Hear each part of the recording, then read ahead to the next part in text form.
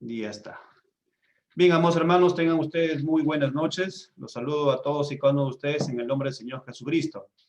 Una vez más reunidos para poder escudriñar más de la palabra del Señor. Cada día creo yo que ustedes y yo anhelamos constantemente seguir conociendo a nuestro Señor. ¿Amén? Y esta es una de las grandes diferencias entre ser un cristiano conforme a la Escritura, ¿no? Porque, como dice en la Biblia, nosotros escudriñamos cada día por una orden que el Señor también nos dio, que él dijo escudriñar las Escrituras porque en ella encontramos la vida eterna, ¿no es cierto? Y sobre todo también porque escudriñamos la Escritura para poder cada día también saber qué hacer en nuestra vida constante, en nuestra vida diaria como cristianos, ¿no? Algo que también hablábamos, ¿se acuerdan ustedes? Prédicas atrás, creo que 2 prédicas atrás, habíamos hablado sobre la vida cristiana práctica, ¿no? Cómo debemos vivir nuestra vida práctica como cristianos. Y definitivamente la única forma de vivir la vida cristiana, ¿no? Como Cristo la quiere, es pues escudriñando cada día más la Escritura para conocer al único Dios verdadero, ¿no? Que existe, y así podamos pues nosotros estar de una manera, como dice en Juan, de una manera Dios se manifiesta a nosotros, ¿no? De una forma para convencernos que existe pues una verdad, como alguien decía esto, una verdad verdadera, ¿no? Es la única verdad verdadera, para decir también, como hemos mencionado muchas veces, estamos en una verdad absoluta, en un llamado en donde la Biblia es la única verdad, la palabra de Dios es lo único que el ser humano tiene para verdaderamente conocerse a sí mismo, porque Dios que ya nos conoce, Él se ha dado a conocer a través de la Escritura, y esta Escritura pues habla de nosotros y habla también de cómo nosotros podemos entonces estar en comunión con el Señor. Y le agradecemos al Señor, ¿no? Porque no solamente pues celebramos un día, sino que nosotros celebramos todos los días, ¿no? De que el Señor, de que el Padre haya enviado a su Hijo y por medio de su Hijo, pues nosotros encontremos la salvación de nuestras almas. Amén. Así que vamos a iniciar este tema, en primer lugar, iniciando con la oración. Y quisiera que me acompañen a un momento de oración. Amado Padre, una vez más, darte a ti las gracias, Señor, por tu gracia, por tu misericordia, y que, Señor, siempre todo lo que hagamos sea para ti, para que tú seas glorificado, para que tú seas exaltado, Señor. Sabemos claramente que nada podemos hacer sin que estés tú, Señor, con nosotros. Todo lo que podemos hacer ahora, Señor, es porque tú nos capacitas mediante tu gracia y nos sigues ayudando, Señor, a avanzar en este llamado a pesar de las circunstancias, a pesar, Señor, de que a veces hay luchas constantes, a pesar, amado Padre, que hay mucha gente que aún todavía, Señor, rechaza el Evangelio y no quiere saber nada de tu palabra, Señor. Pero tú nos has llamado también a orar constantemente, Señor. Tu palabra dice claramente que tú llamas, Señor, pero también nos has dado una orden a nosotros que es orar constantemente, Señor, por las personas que aún no te conocen y también al mismo tiempo, Señor, poder dar testimonio a muchos más, Señor. Gracias, Padre, por este momento. Gracias, mi Señor, por lo que nos permites estar aquí, Señor, reunidos aquí en esta conexión virtual. Pero también, Señor, gracias porque hay muchos que escucharán de repente la grabación. Y, Señor, quedamos en que tú hagas, Señor, la obra en cada uno de sus corazones, Señor, igualmente como hiciste con nosotros, amado Señor. Te lo agradecemos todo en el nombre de tu Hijo, nuestro Señor Jesús. Amén y amén. Bien, amados hermanos, vamos a entrar entonces ahora sí al tema que le hemos denominado la encarnación de Cristo. ¿Sí? Vamos a tomar como referencia el pasaje del libro de San Juan, capítulo 1, versículo 14, y luego veremos algunos temas adicionales que tienen que ver con la encarnación del Señor Jesucristo. Amén. Vamos a leer entonces la palabra del Señor.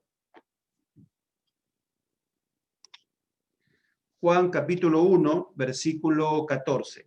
Dice en la palabra de Dios: y aquel verbo fue hecho carne y habitó entre nosotros, y vimos su gloria, gloria como del unigénito del Padre, lleno de gracia y de verdad. Este es uno de los pasajes en el libro de Juan. El apóstol Juan aquí lo que nos enseña es en este versículo que ese verbo fue hecho carne, ¿no?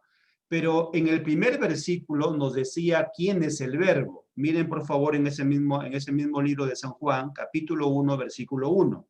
Dice, en el principio era el verbo, y el verbo era con Dios, y el verbo era Dios.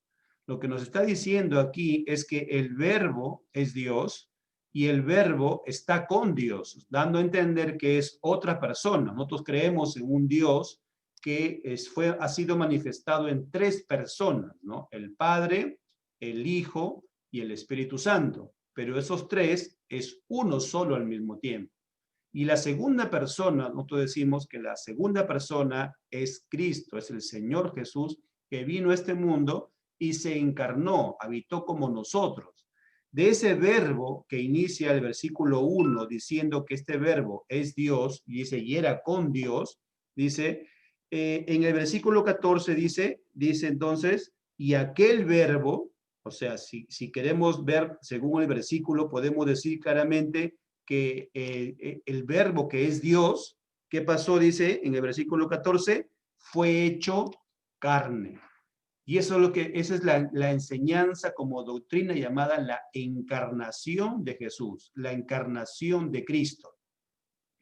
Aquí hablamos del término Cristo, tomando como referencia la deidad, que es Dios. O sea, tenemos que entender esto, ¿no? La deidad se hizo carne. Eso es lo que está diciendo este versículo. La deidad, Dios, que es Jesús, la segunda persona, se hizo carne. Miren por favor aquí el versículo. Y aquel verbo, podemos también decir aquel Dios, que es la segunda persona, fue hecho carne y habitó entre nosotros. Y vimos su gloria, gloria como del unigénito del Padre, lleno de gracia y de verdad. Y aquí lo que el apóstol Juan también lo que nos quiere introducir es el cambio que existió al venir el Señor Jesucristo. Miren el versículo 17. El versículo 17, miren. Pues la ley por medio de Moisés fue dada, pero la gracia y la verdad vinieron por medio de Jesucristo. Aquí ya vimos cómo es que el Padre entonces, el Padre envía a su Hijo, encarna a su Hijo, vino a este mundo, y dice aquí que el Señor Jesucristo es el que trae entonces la gracia y la verdad. La ley vino por Moisés, dice, por medio de él. Dios envió por medio de Moisés. Pero la gracia y la verdad vinieron por medio del Señor Jesucristo. Y esto es lo que luego pues se puede ampliar en muchos otros temas más, ¿no? Cuando hablamos de qué significa la gracia, qué significa la verdad, ¿no? En la palabra de Dios. Pero vemos entonces cómo tenemos aquí ya algo del propósito que Dios tenía en la encarnación del Señor Jesucristo. Vino la verdad de este mundo. ¿Y qué significa que es la verdad? Lo mismo que estamos hablando cuando es la palabra del verbo, ¿no? El verbo es la palabra. ¿Y qué es la verdad? La verdad es la palabra de Dios. Esto es lo que vino a traer Cristo Jesús. Ya vamos a ver algunos pasajes que nos van a hablar de cuál es este propósito de la encarnación. ¿Por qué tuvo que existir esto de la encarnación? Y lo vamos a ver este tema de la encarnación de Cristo en tres partes. Lo vamos a ver en tres puntos. En primer lugar, vamos a ver por qué debemos considerar la encarnación. O sea, ¿por qué la encarnación es una doctrina importante? Eso es lo que vamos a ver. ¿Por qué es tan importante que el cristiano conozca sobre la encarnación? En segundo lugar, ¿cuál es el propósito de la encarnación? El segundo punto que vamos a aquí a explicar. Y el tercer punto, vamos a ver las implicaciones de la encarnación. O sea, ¿qué implica la encarnación? ¿Ya? Y eso lo vamos a ir desarrollando. Pero veamos algo como una especie de introducción. El verbo es Jesús, ¿sí? Cuando el apóstol Juan está introduciendo el verbo, es Jesús, y Jesús es Dios. ¿Se acuerdan? Porque hemos visto el primer versículo, ¿no? Y el verbo dice, era Dios, ¿sí? Esta afirmación sobre que Dios se hizo hombre, recuerdan el versículo 14, ¿no? Que hemos leído, y aquel verbo fue hecho carne. Entonces, la afirmación que hace la palabra de Dios cuando dice Dios se hizo hombre es una enseñanza central del cristianismo. ¿sí? Esta enseñanza sobre la encarnación es una enseñanza fundamental en ser cristiano. Cuando uno dice es cristiano, uno tiene que saber que Dios se encarnó. Es una enseñanza básica, podemos decir, es una enseñanza primordial en el cristianismo.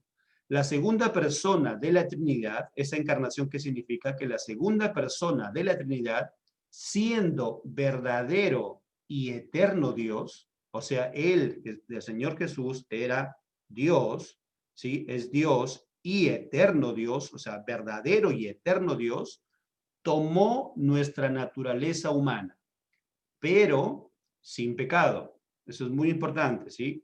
Tomó la naturaleza humana, pero sin pecado. Cristo es entonces verdadero Dios y verdadero hombre, así como mediador entre Dios y el hombre. Esto vendría a ser, la parte que hemos leído, de donde dice la frase, la segunda persona, vendría a ser la enseñanza, vendría a ser la doctrina. ¿Qué significa la encarnación? Entonces, si queremos de una manera expresar a las personas o alguien nos pregunta, ¿no? ¿Qué significa la encarnación de Cristo? Significa que la segunda persona de la Trinidad, siendo verdadero y eterno Dios, tomó nuestra naturaleza humana, pero sin pecado. Cristo es verdadero Dios y verdadero hombre, así como mediador entre Dios y el hombre. Ese es el significado que encierra todo lo que es Cristo en su encarnación. ¿Sí? Veamos algunos pasajes. Segunda carta a los Corintios, capítulo 5, versículo 21. Segunda carta a los Corintios, capítulo 5, versículo 21. Dice, al que no conoció pecado, por nosotros lo hizo pecado, para que nosotros fuésemos hechos justicia de Dios en él. ¿Qué está diciendo aquí el apóstol Pablo? Que también está en base a la referencia de la encarnación de Cristo. Dice, mire, al que no conoció pecado, por nosotros lo hizo pecado. La frase inicia diciendo al que no conoció pecado. ¿Por qué dice la frase el apóstol Pablo aquí, no conoció pecado? Porque recuerden, ¿de qué estamos hablando? De Cristo, ¿cierto? ¿Y quién es Cristo? ¿Quién es Cristo? Hemos dicho que es la segunda persona de la Trinidad. Y la persona de Cristo, ¿qué naturaleza tiene? Es una naturaleza divina, Él es Dios. Pero Dios en la segunda persona, dice la Biblia que Él, ¿qué cosa hizo? Vino a este mundo, ¿no? Y tomó una naturaleza humana. Pero antes de que Él tome esa naturaleza humana, dice la Biblia que Él no conoció pecado. Él no ha conocido pecado. Y luego dice, y por nosotros lo hizo pecado. ¿Qué está diciendo? ¿Que Cristo es pecado? La respuesta es que no. Lo que está diciendo aquí el pasaje de la segunda carta a los Corintios, capítulo 5, versículo 21, es que Cristo no conoció pecado, pero que Dios por nosotros hizo a Cristo una ofrenda para el pecado. ¿Recuerdan ustedes cuando el apóstol Juan el Bautista dice, he ahí el Cordero de Dios? Y miren, el Cordero de Dios que quita el pecado de este mundo. Lo que está diciendo es que Cristo, Dios hizo a Cristo la ofrenda para el pecado de nosotros, para nuestros pecados. Porque ¿quién nos podía haber perdonado, mis hermanos? ¿Cómo podíamos haber pagado nuestros pecados? Y ya lo vamos a ver con otra enseñanza. Pero aquí hasta el momento, lo que tenemos que ver es que el apóstol aquí, Pablo, lo que nos está enseñando en la segunda carta de los Corintios, es que al que no conoció pecado, o sea, Dios, está diciendo ahí de Cristo, por nosotros lo hizo pecado, por nosotros lo hizo ofrenda para el pecado, para que nosotros fuésemos hechos justicia de Dios en Él. ¿Quién es Él? Ese Él es Cristo. O sea, delante de Dios, nosotros somos justos, pero no por nosotros mismos, sino por Jesús. Y eso también tiene una implicación en la encarnación. La encarnación fue necesaria para que por medio de Cristo, como esa ofrenda por el pecado, nosotros ahora somos justicia delante de Dios, pero no por nosotros, sino solamente por la obra del Señor Jesucristo. Hebreos capítulo 2. Pasemos bien en otro pasaje. Hebreos capítulo 2.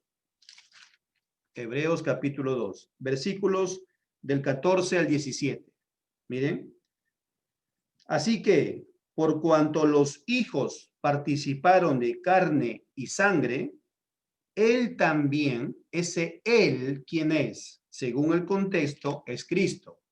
Él dice, también participó de lo mismo. ¿Qué significa que participó de lo mismo? Que participó de carne y sangre. O sea, está hablando de la humanidad, de la naturaleza humana de Cristo. Y luego dice, él también participó de lo mismo para destruir por medio de la muerte al que tenía el imperio de la muerte. Esto es al diablo. O sea, por la muerte de Cristo, ¿sí? En su humanidad, por la muerte de él, dice que él destruyó a la muerte. Versículo 15. Y librar a todos los que por el temor de la muerte estaban durante toda la vida, sujetos a servidumbre. Porque ciertamente no socorrió a los ángeles, sino que socorrió a la descendencia de Abraham. Miren, o sea, los que viven por fe. Por lo cual debía ser en todo semejante a sus hermanos, para venir a ser misericordioso y fiel sumo sacerdote en lo que a Dios se refiere, para expiar, miren, los pecados del pueblo. Y aquí entra otra palabrita más, ¿no? ¿Qué significa expiar? ¿Qué significa la expiación? Ya lo vamos a ver en un momento, en otro pasaje, ¿sí? Pero aquí estamos viendo entonces cómo también el pasaje de Hebreos aquí nos afirma de que el Señor Jesús participó de esta carne y sangre. O sea, es como que está diciendo, participó de nuestra naturaleza humana, ¿sí? Pero siempre tenemos que regresar a lo principal. Dios, ¿qué cosa es? Es la segunda persona. Dios, Jesús es Dios. Sí, tenemos que decir que sí. Él era el verbo que habla Juan. Sí, Él es el verbo. Él es la segunda persona. Jesucristo es la segunda persona. Tiene naturaleza divina, pero también tiene una naturaleza humana. Cuando vino a este mundo, Él participó. Por eso que dice ahí en la enseñanza, en la doctrina, dice, es verdadero Dios y es verdadero hombre. ¿Sí? Cuando tiene ahí la doctrina. Hebreos también capítulo 4, versículo 15. Porque no tenemos un sumo sacerdote que no pueda compadecerse de nuestras debilidades, sino uno que fue tentado en todo, según nuestra semejanza, pero sin pecado. Él vino en nuestra naturaleza, él vino como un hombre, él se cansó, él tuvo hambre, él comió, él conocía cómo es el pecado, él conocía cómo es la debilidad del ser humano, pero dice la Biblia que él nunca pecó, él no podía pecar. El Señor Jesús no podía pecar, él no cayó en pecado. Él tiene que ser, recuerden ustedes cuando la Biblia habla en el Antiguo Testamento, una referencia de cuando se buscaba a un cordero para que perdone los pecados de una persona, buscaban a un cordero que sea puro, que sea sano, ¿no? Que total sea perfecto ese cordero. De esa manera tuvo que ser Cristo Jesús, perfecto en todo. Y él, por eso dice la Biblia que él no conoció el pecado, él no participó del pecado, él no podía pecar. Por lo tanto, él tuvo que ser ese cordero de Dios que quita el pecado del mundo. ¿Sí? Pasemos entonces ahora sí a ver las consideraciones de por qué debemos considerar la encarnación. Veamos el primer punto. ¿Por qué debemos considerar la encarnación? En primer lugar, porque nos ayuda a centrarnos siempre en la persona de Cristo por encima del materialismo. En estos días, ustedes saben, y justamente el día de hoy, que es el viernes 25, la gran mayoría de personas celebra, ¿no? O recordamos el nacimiento del Señor Jesús. Pero nosotros como cristianos, de hecho que también nos alegramos, de hecho que también tenemos un gozo por el nacimiento del Señor Jesús. Recuerden, porque estamos hablando de la encarnación. Fue el momento que en la encarnación fue el momento que Jesús nació del vientre de María, ¿no? De esa forma se introduce a Cristo en este mundo, ¿sí? Ahora, nos alegramos nosotros y sabemos, ¿no es cierto?, que es un gozo saber que Cristo nació y que Cristo vino a ser el Salvador de nuestros pecados, ¿no es cierto? Él fue esa ofrenda por la cual nosotros deberíamos haber sido castigados, pero la palabra dice del Señor que nadie de nosotros será perfecto, solamente tuvo que haber uno solo, y ese es el Señor Jesucristo, y damos gracias por ello, ¿no es cierto? Agradecemos al Señor, pero esto debe ser en nosotros un gozo mayor por encima de todo lo que sea material, ¿no? Y eso tenemos que seguir recordándolo, hermanos, porque a veces tenemos de repente familiares, amistades, ¿no?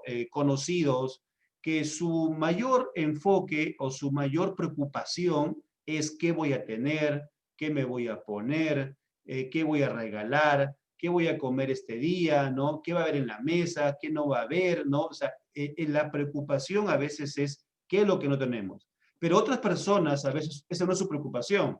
Su preocupación es qué voy a comprar, ¿no? Porque de repente tienen, ¿no? Tienen de repente una forma de cómo conseguir qué es lo que voy a comprar, qué es lo que voy a vestir, ¿no? Que me voy a renovar de repente un equipo nuevo de celular, me voy a comprar de repente un nuevo televisor, me voy a comprar todo, y eso no está mal, ¿no? Pero el enfoque es que a veces solamente cuando tengo eso nuevo, estoy alegre, y cuando no tengo las cosas, estoy triste, ¿no?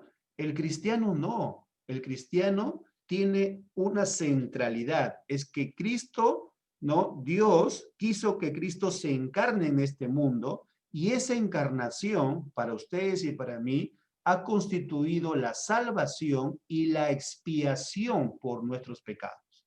Ya veremos qué es expiación, pero veamos qué es la expiación de nuestros pecados. O sea, significa es que hemos sido redimidos. Ha pasado algo que se llama el pago por nuestros pecados, ¿no? Eso ya veremos con algunos pasajes, pero tenemos entonces que considerar esta doctrina porque eso nos va a enfocarnos más en Cristo, vamos a seguir más las cosas del Señor por encima de las cosas que podamos tener en este mundo. Sí son necesarias las cosas, sí, pero Dios puede permitirnos a veces tener y a veces no. Recuerden ustedes el apóstol Pablo, en todo he sido enseñado, así como para tener escasez, como para tener en abundancia. Y el Señor nos permitirá en muchas veces, en algunos años, de repente sí, en algunas veces de repente el no, pero siempre tenemos que glorificar al Señor por encima de todo. Amén. El segundo punto de que por qué debemos considerar la encarnación es porque constituye una enseñanza de sana doctrina. O sea, el considerar que Cristo es verdaderamente hombre, cuando vino a este mundo, cuando estuvo en este mundo, es que eso es una enseñanza de sana doctrina. Ya veremos con algunos de los pasajes. Tercer punto, porque es una doctrina que muchas veces es piedra de tropiezo para aquellos que rechazan el evangelio. Hay mucha gente en este mundo, quizás no nos hemos tapado todavía con algunas personas que les predicamos el evangelio, pero hay muchas personas que dicen, ¿cómo puede ser posible?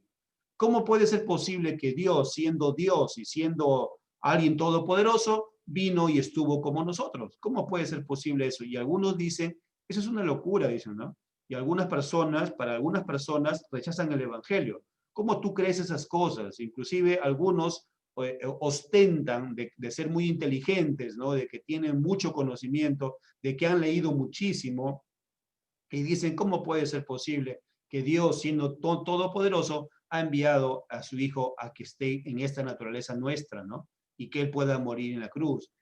Para muchos, como vimos, seguramente la semana pasada, la cruz, ¿no? La cruz de Cristo es una locura, lamentablemente. Pero esa locura, en esa locura, ¿qué dijo el Señor? por la locura de la predicación, es que nosotros somos salvos. Recuerden ustedes que vimos esta doctrina, ¿no? de la cruz, ¿no?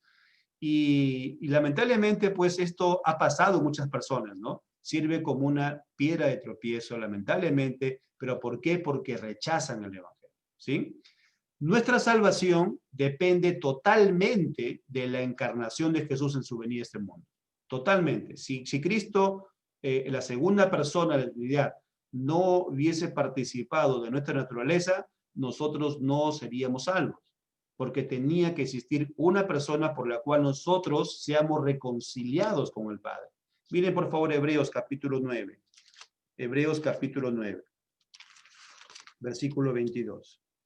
Hebreos 9, 22. Y casi todo es purificado según la ley. ¿Con qué cosa es purificado? Con sangre. Y sin derramamiento de sangre no se hace remisión. No se hace, ¿qué es la remisión? No se hace perdón. No hay libertad. Eso es la parte de remisión. No hay perdón si es que no existe derramamiento de sangre. Esto del Antiguo Testamento, que era derramar la sangre de un animal inocente, era una enseñanza, ¿no? Que Dios estaba ya ingresando a este mundo para que luego en Cristo Jesús se consolide la salvación del mundo. Esta enseñanza del derramamiento de sangre que era necesario para poder perdonar los pecados. Díganme, ¿ustedes y yo podríamos haber derramado nuestra sangre para ser salvos? La respuesta es que no. ¿Por qué? Porque nuestra naturaleza desde que nacemos es totalmente pecado. Esa es la verdad. O sea, todo ser humano que nace en este mundo, ser humano es pecador. Es por naturaleza pecador. Pero el Hijo, ¿qué dice la Biblia? Que él no conoció pecado, no era pecado, no tenía pecado, no podía pecar. Él era totalmente puro. Él es el que vino a este mundo. Estuvo naturaleza, pero sin pecado. Participó de nuestra carne y sangre, pero sin pecado también el Señor, sin relación con el pecado. Y por eso entonces es que nosotros tenemos que decir más bien que era totalmente necesaria la encarnación para que podamos nosotros ser salvados. Romanos capítulo 8, miren. Romanos capítulo 8.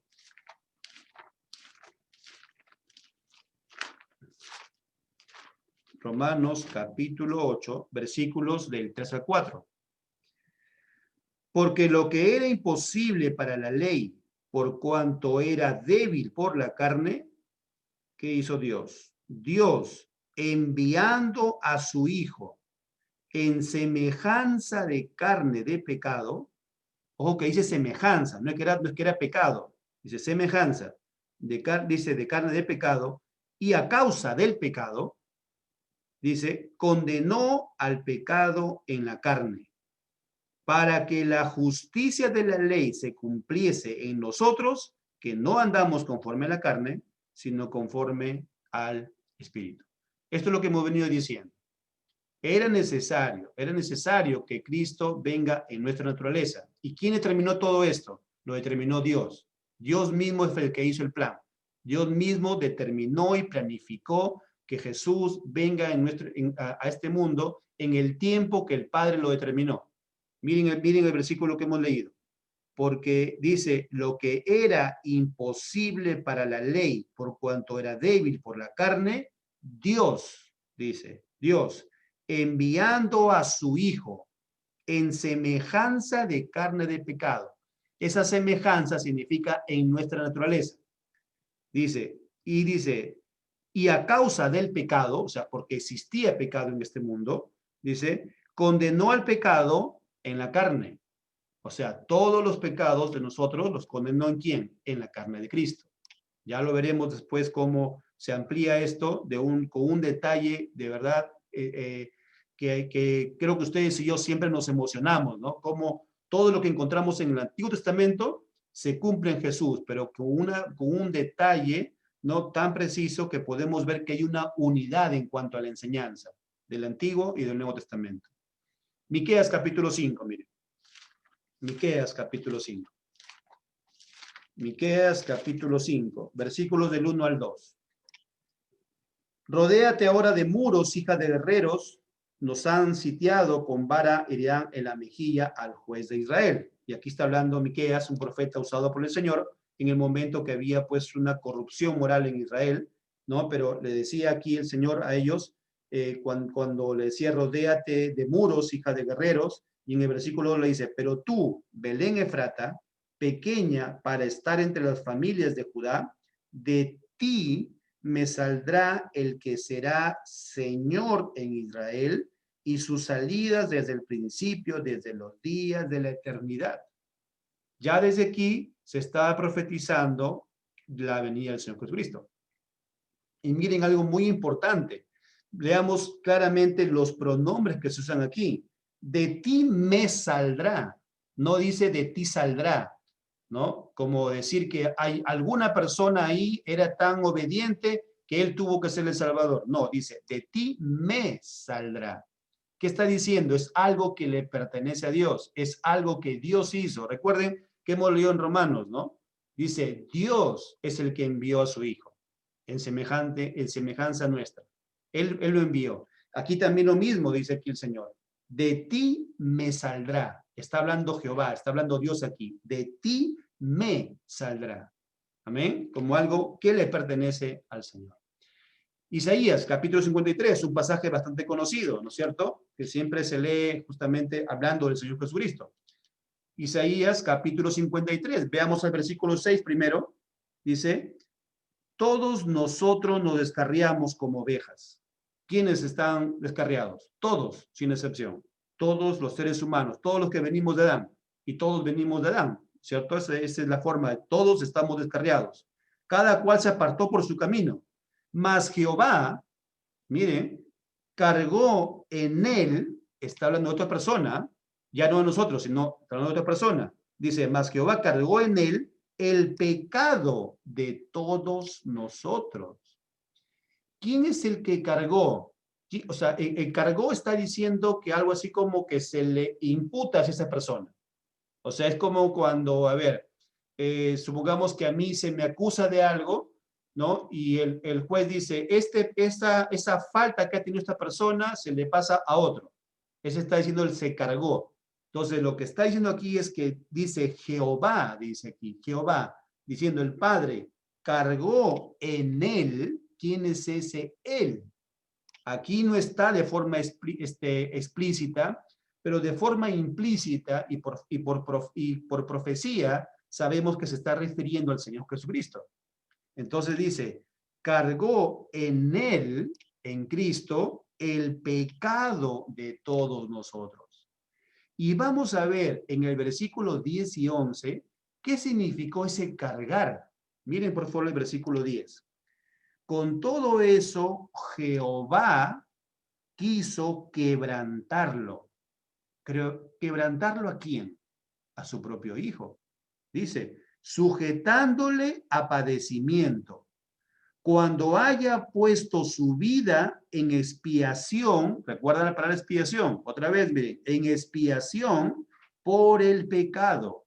Verá linaje, vivirá por largos días, y la voluntad de Jehová será en su mano prosperada.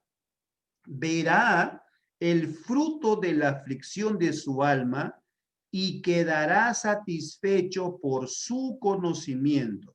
Justificará a mi siervo justo a muchos y llevará las iniquidades de ellos. ¿Quién es el que cargó todo? Todo el dolor que nosotros merecíamos. Toda esa... Recuerden ustedes que hay un pasaje en la Biblia que dice, la paga del pecado es la muerte. Y incluye también la parte del castigo. Incluye también el Señor cuando dice, no tomará, dice, al culpable por justo, ¿no? Él va a pagar, dice, a cada persona según lo que haya hecho. Nosotros merecíamos ser castigados. Nosotros deberíamos estar crucificados en una cruz. Nosotros deberíamos haber sido flagelados. Pero ¿qué hizo el Padre? Tuvo que enviar a su Hijo para que sea Él el perfecto Cordero que quita el pecado del mundo. Y dice que lo envió y cargó en Él el pecado de toda la humanidad, de todos nosotros. Luego dice, y con todo eso Jehová quiso quebrantarlo. ¿Quién es el que quebrantó al Hijo? Es Jehová. ¿Se acuerdan ustedes cuando Jesús está en la cruz y en la cruz existen las 3 horas de oscuridad? ¿Qué estaba haciendo el Padre en ese momento? Cargando todos los pecados de nosotros al Hijo. Él estaba llevando nuestra culpa. Él estaba siendo castigado por nosotros. Por eso, amados hermanos, que tenemos que tener una gran importancia en esta enseñanza. Para nosotros los cristianos, esto es muy importante de la encarnación, porque la encarnación depende totalmente para la salvación. Si no hubiese existido la encarnación de Cristo, no existiría la salvación de nosotros. Amén. Aquí el Padre es el que está haciendo todo. Es una sana doctrina creer en la encarnación. Primera de Juan, capítulo 4, un pasaje bastante conocido.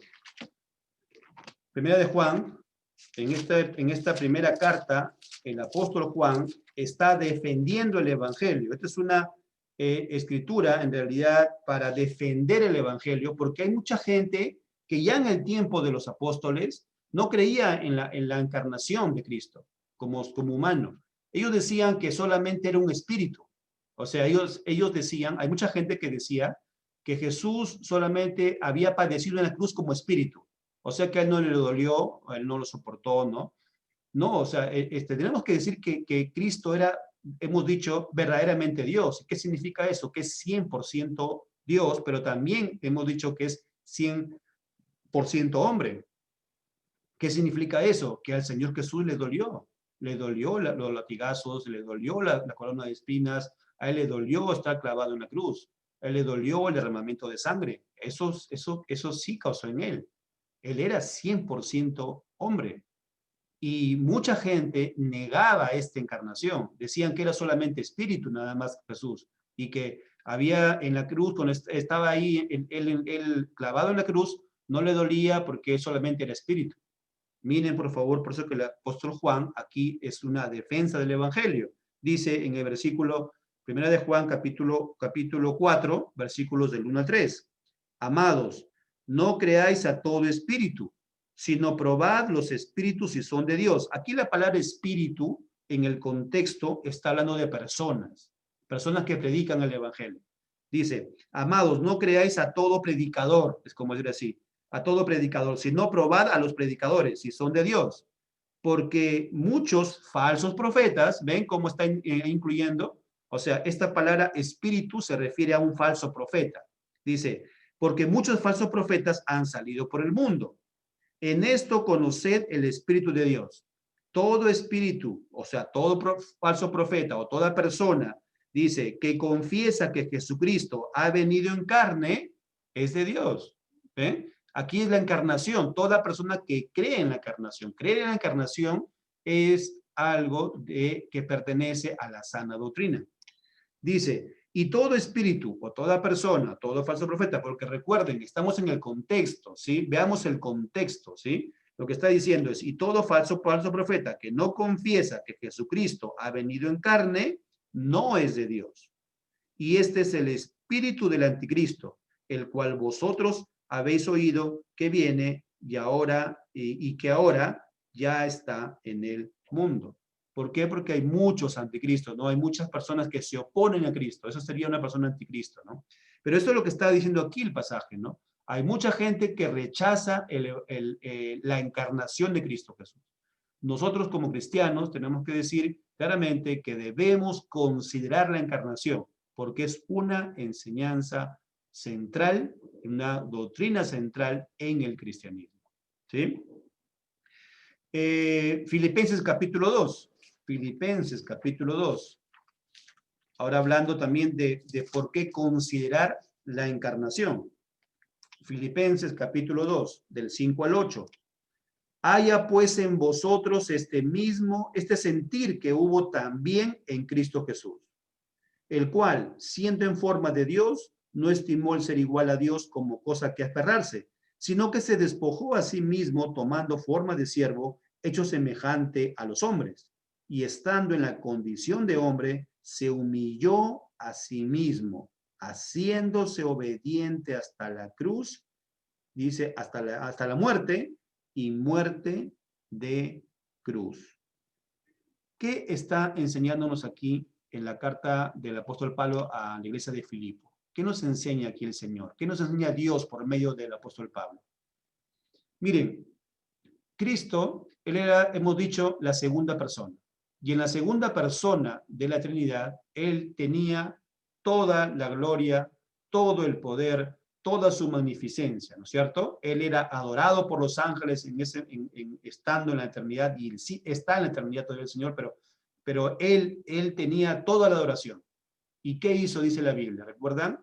Se hizo semejante a nosotros, se encarnó, se humanó el Señor, ¿cierto? Vino a este mundo como nosotros, nació de María, creció, dice, como nosotros, creció también en sabiduría como nosotros, creció también en obediencia a sus padres, ¿no? Se sujetó hacia sus padres, y vino a este mundo y él era totalmente hombre y totalmente Dios. Recuerden que estaba ahí sus dos naturalezas. Él seguía siendo la segunda persona de la Trinidad, pero era también hombre, ¿sí? Ahora, ¿qué está pasando aquí? Dice en el versículo 8. Y estando en la condición de hombre, se humilló a sí mismo, haciéndose obediente hasta la muerte y muerte de cruz.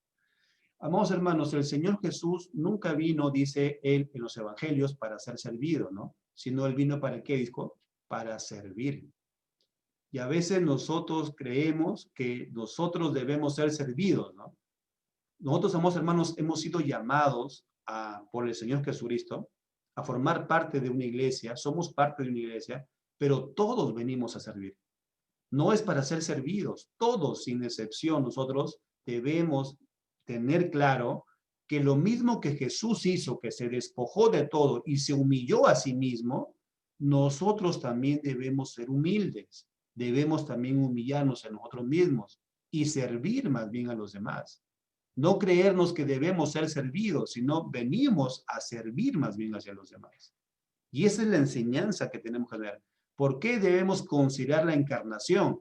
Porque la encarnación también nos va a centrar nosotros que constantemente debemos despojarnos de ese yo, ¿no?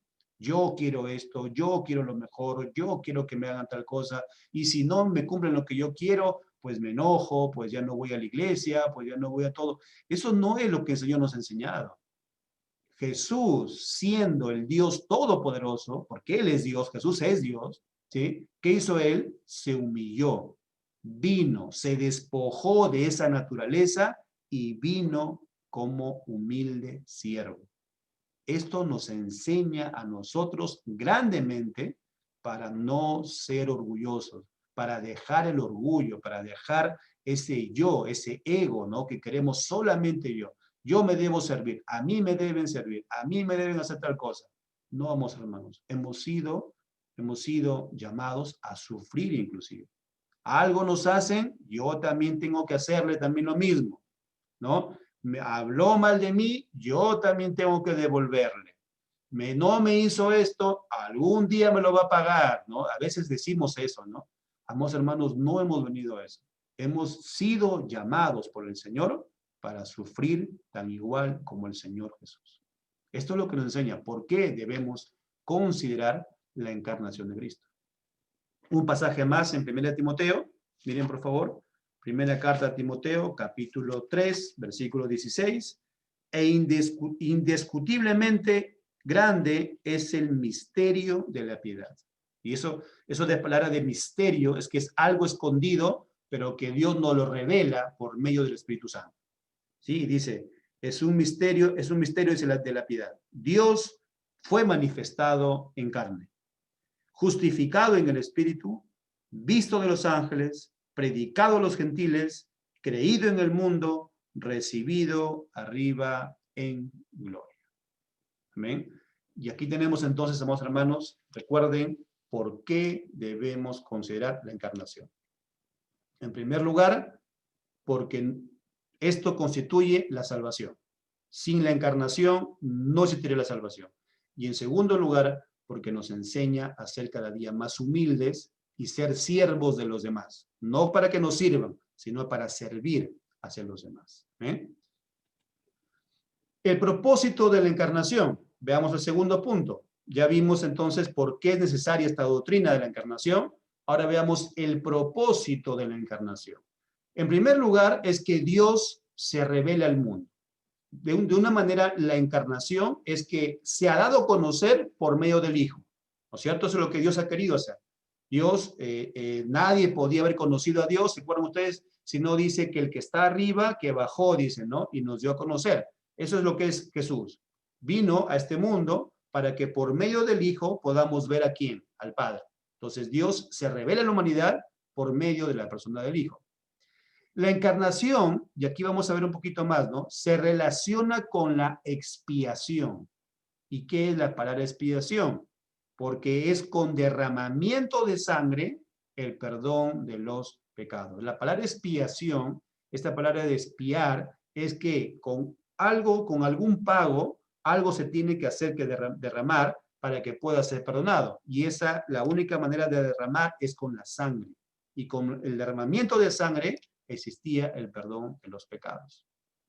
Otro propósito es que se cumplieron las profecías del Antiguo Testamento. Recuerden ustedes, ¿no? Todo el Antiguo Testamento hay una unidad. Todo lo que predicaron los apóstoles en el Nuevo Testamento siempre hicieron referencia a versículos del Antiguo Testamento. Por eso es que encontramos una unidad en la enseñanza, ¿sí? No es un Dios diferente, ¿no? Hay mucha gente que ha dicho así, ¿no? Dice, el Dios del Antiguo Testamento es diferente al Dios del Nuevo Testamento. Eso es una grande herejía. ¿Por qué? Porque es el mismo Dios que vemos en el Antiguo Testamento, ¿no?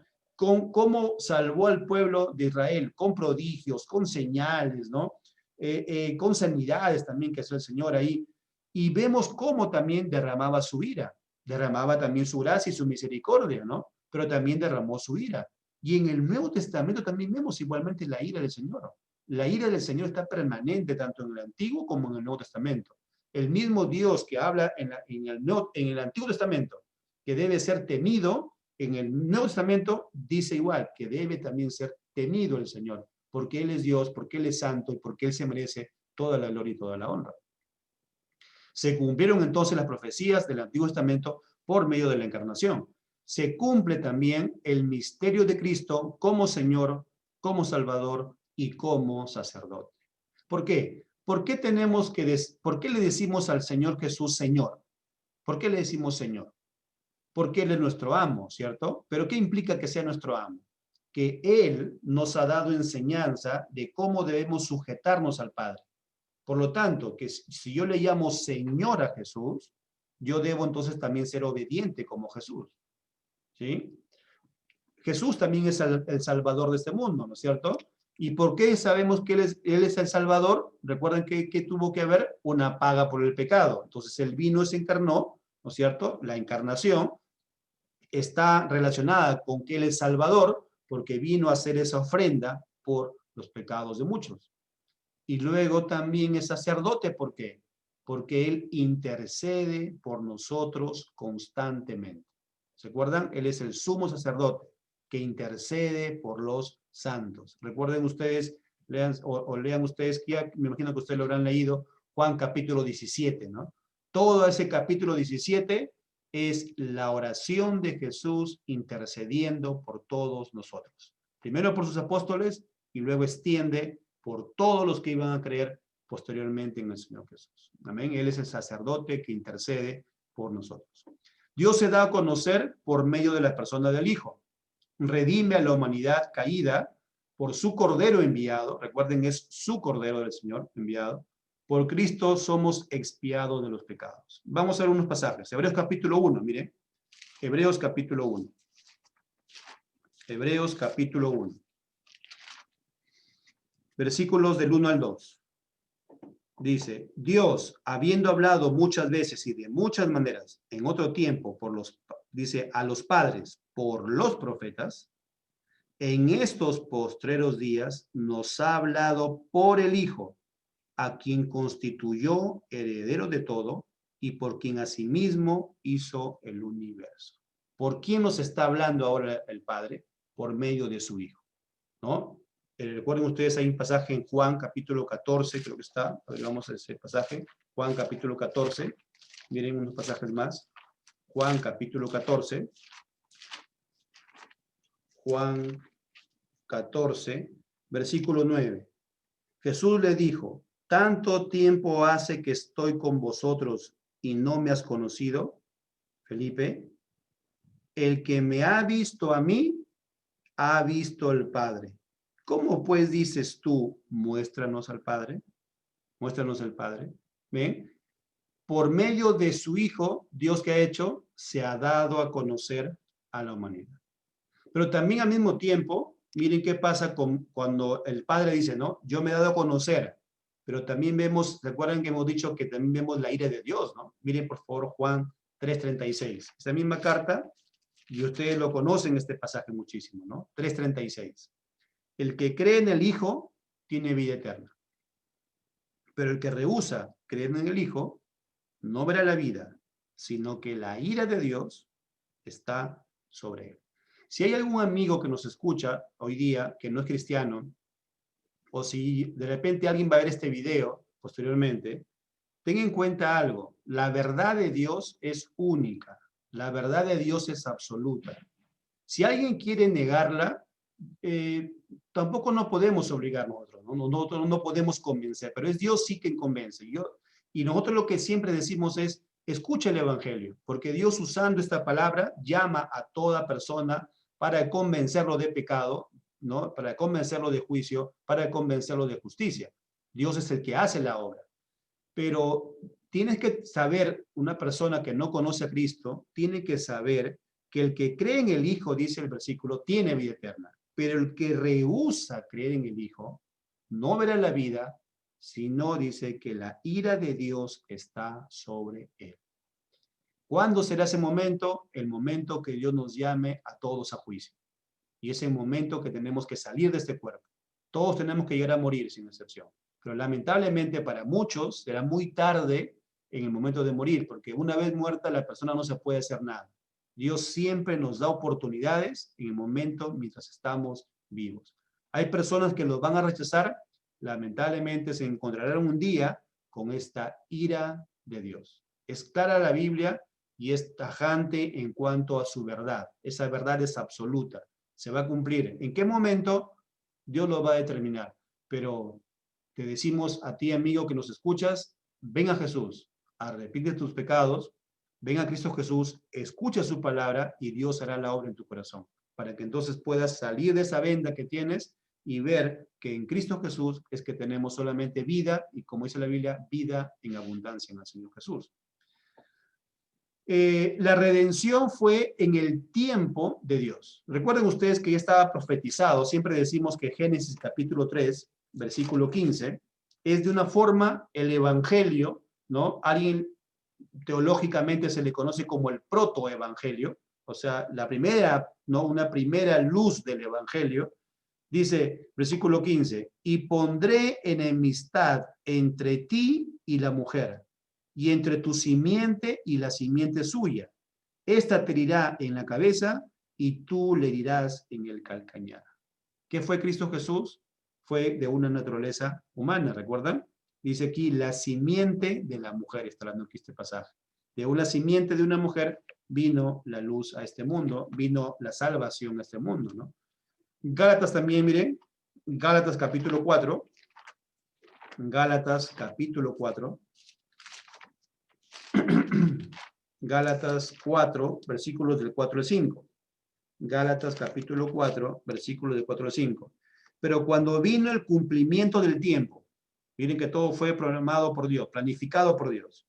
Dice, cuando vino el cumplimiento del tiempo, Dios envió a su Hijo, nacido de mujer y nacido bajo la ley, para que redimiese a los que estaban bajo la ley, a fin de que recibiésemos la adopción de hijos. Hemos sido adoptados por el Señor. ¿Amén? Primera de Timoteo 1. Primera de Timoteo, capítulo 1, versículo 15.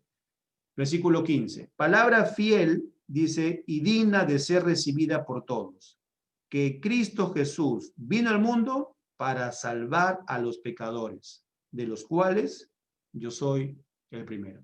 Creo que nosotros podemos decir claramente lo mismo que el apóstol Pablo. Vino a salvar a los pecadores, de los cuales yo soy el primero. Porque, hermanos, recuerden, no hay nada bueno que el Señor ha visto en nosotros. La salvación es por gracia. El tercer punto es, ¿y cuáles son las implicancias de la encarnación? ¿Qué implica la encarnación? En primer lugar, la implicancia es que Dios ha intervenido para corregir la depravación del ser humano. Todo ser humano es depravado. ¿En qué sentido? Espiritualmente hablando, ¿no? Espiritualmente hablando, dice la Biblia que somos pecadores. Venimos de Adán y de Adán nacemos en pecado. Toda persona que nace de Adán estamos en pecado, ¿no? Solamente en Cristo es que tenemos un nuevo nacimiento. Pero aquí es que entonces, ¿quién pudo corregir todo esto? Solamente fue Dios. Dios es el que ha intervenido. Dios mismo es el que lo ha hecho. Por medio de la encarnación. ¿Qué más? ¿Qué implica más la encarnación? Es que la resurrección es posible, o sea, la resurrección de nosotros, porque la Biblia claramente habla de que nosotros seremos resucitados también para Cristo. La resurrección del ser humano, del cristiano, del creyente, es posible solo porque Él tomó la forma humana y murió primero. Claro, ¿por qué? Porque Cristo vino a este mundo, ¿recuerdan? En nuestra naturaleza, perfecto, sin pecado. ¿Y qué pasó en la cruz?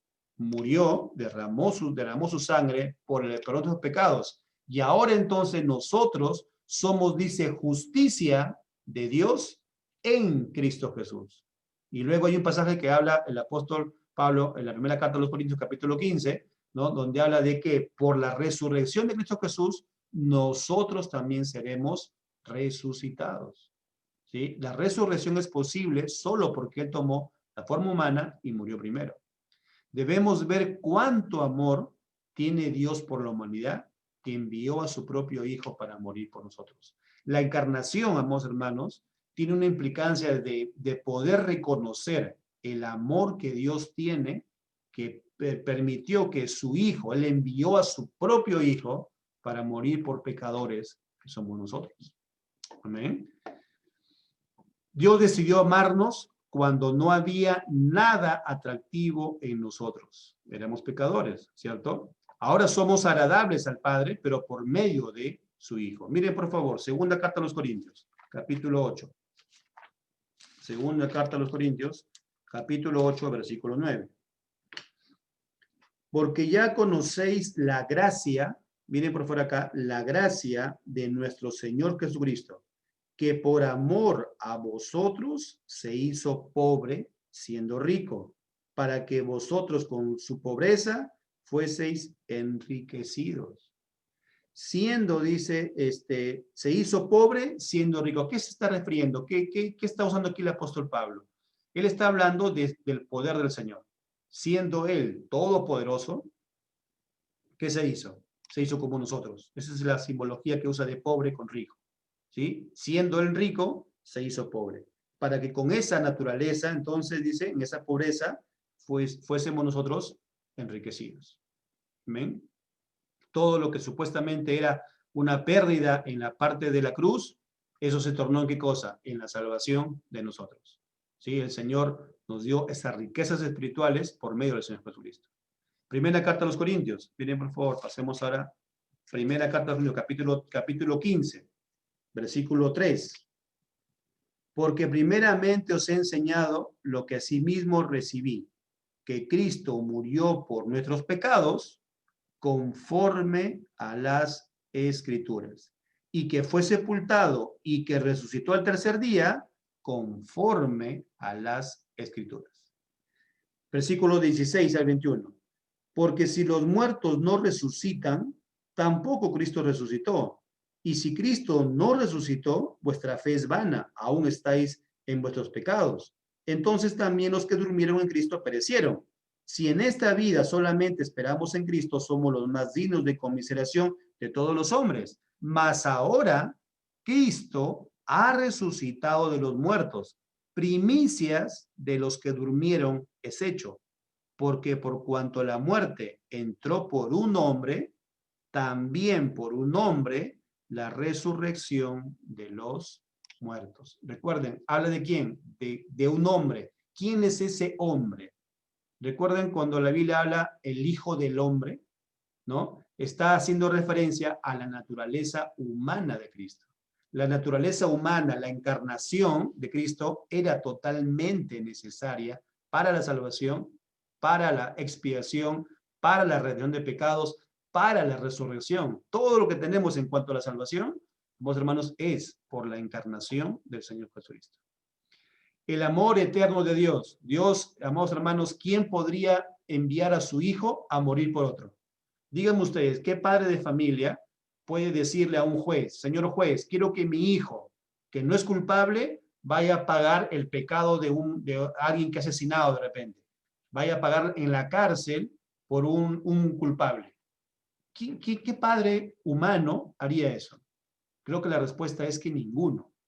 Ningún padre haría eso, de enviar a su hijo a morir por una persona que ha cometido algún delito. No lo haríamos.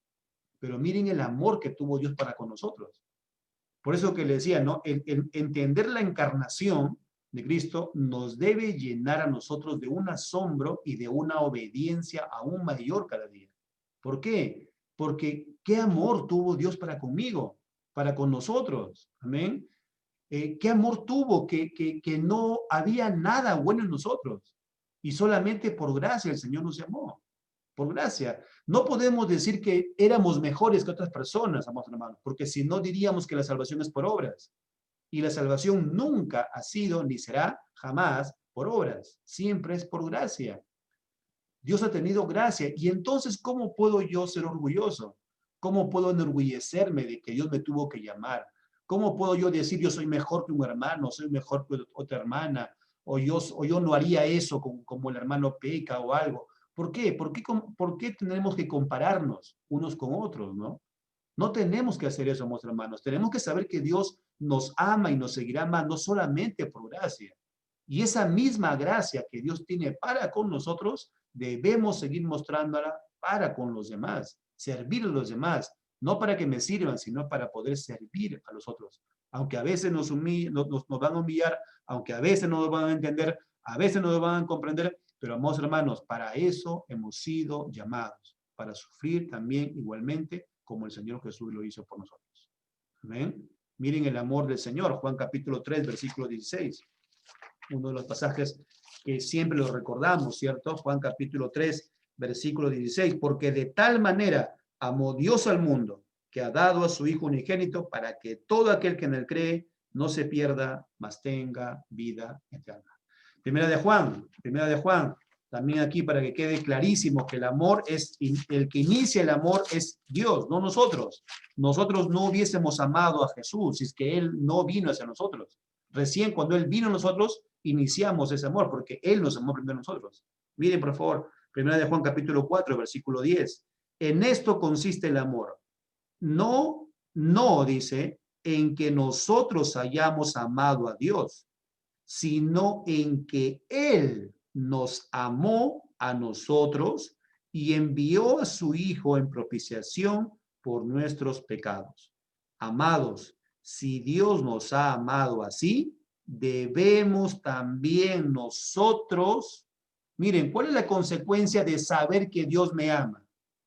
¿Cuál es la consecuencia? O sea, hay un amor que Dios tiene para conmigo. Entonces, ¿cómo debo expresar ese amor? Amándonos, dice, unos a otros.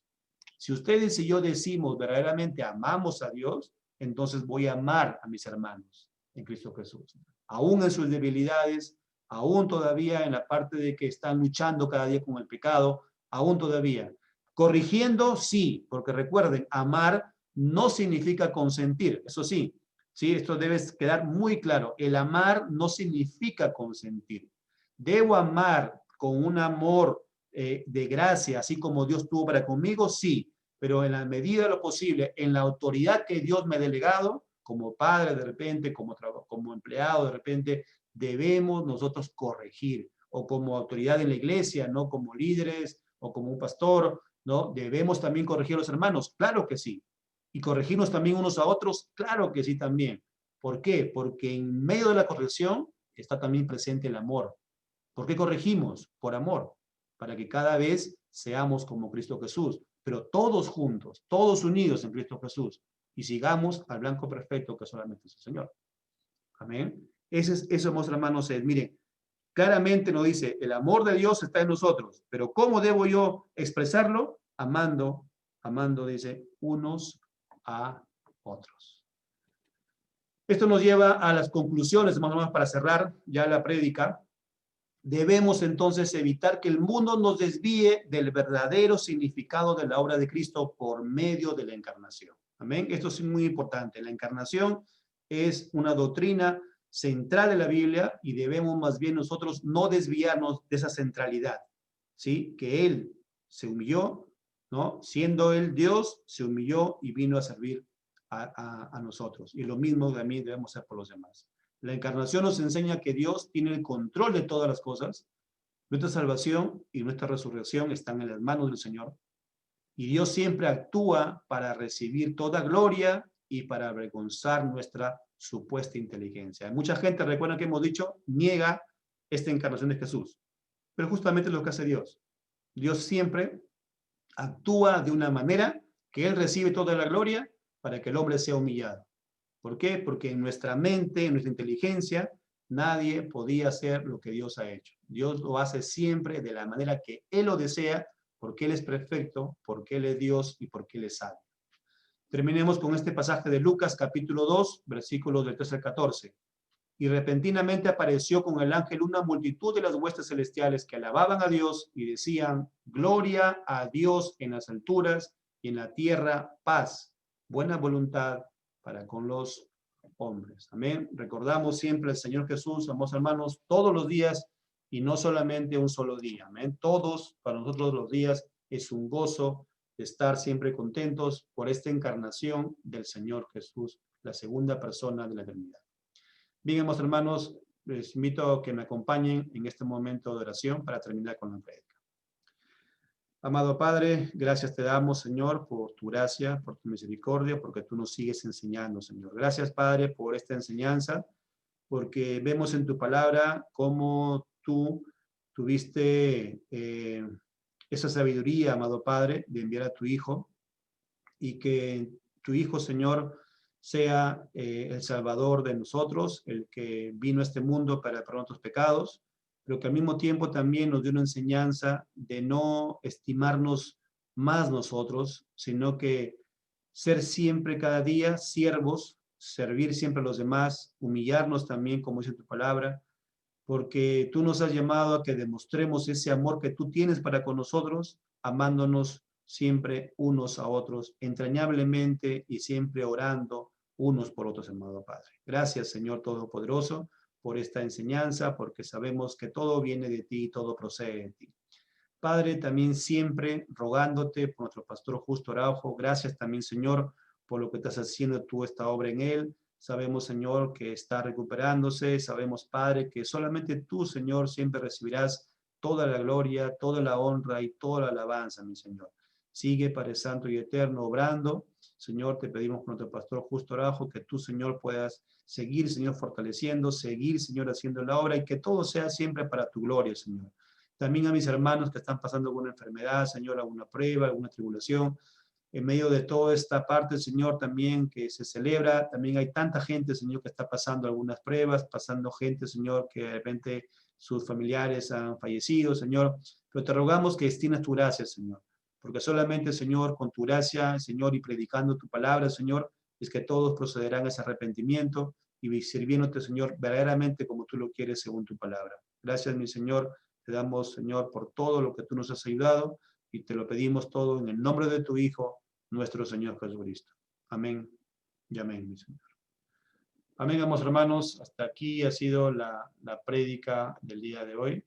Siempre dándole gracias al Señor, amados hermanos. Amén.